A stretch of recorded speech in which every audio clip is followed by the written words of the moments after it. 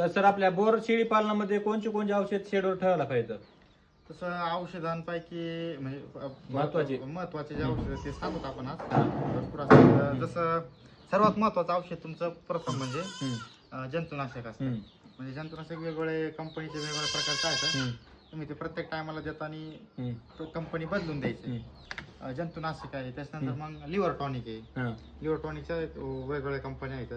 त्यांनी काय फायदा होतो लिव्हर टॉनिकचा? तुमच्या म्हणजे प्राण्याची भूक वाढवते, तब्येत सुधारते चांगल्या बऱ्याच प्रमाणात. परत पॅरालॅक्स पॅरालॅक्स एक खूप महत्वाचं आहे शेळीपालनामध्ये. पॅरालॅक्स नाही का आता एखादी शेळी फुगली, प्राणी काही फुगला तर तुम्ही पॅरालॅक्स असेल किंवा त्या संदर्भात जे पण औषध असेल पोट फुगी उतरायचं ते ठेवायचं. आणि हा एक्झापार एक्झापार हे म्हणजे वेगवेगळे नाव आहे त्याला. एक्झापार, आर्जिटोन हे वेगवेगळे जर औषध ठेवले ते ना का आता शेळी ज्यावेळेस डिलिव्हरी होती त्यावेळेस 3 दिवस